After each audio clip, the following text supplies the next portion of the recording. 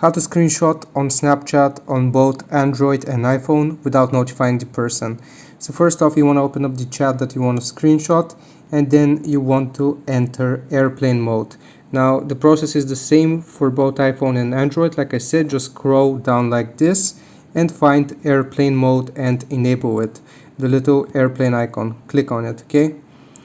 Alright, so after we've done this, we should be completely disconnected from the internet. Now you can screenshot as you would usually.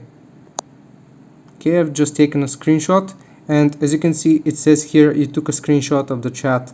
Now what we need to do is go back while in airplane mode and just tap and hold on the person's chat which you just screenshot, and then click on chat settings. From here, you want to select the red option, clear from chat feed. Clear.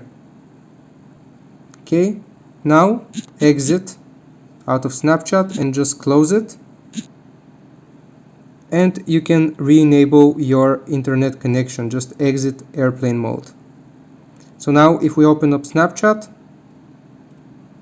go to our chats, and if we find the person,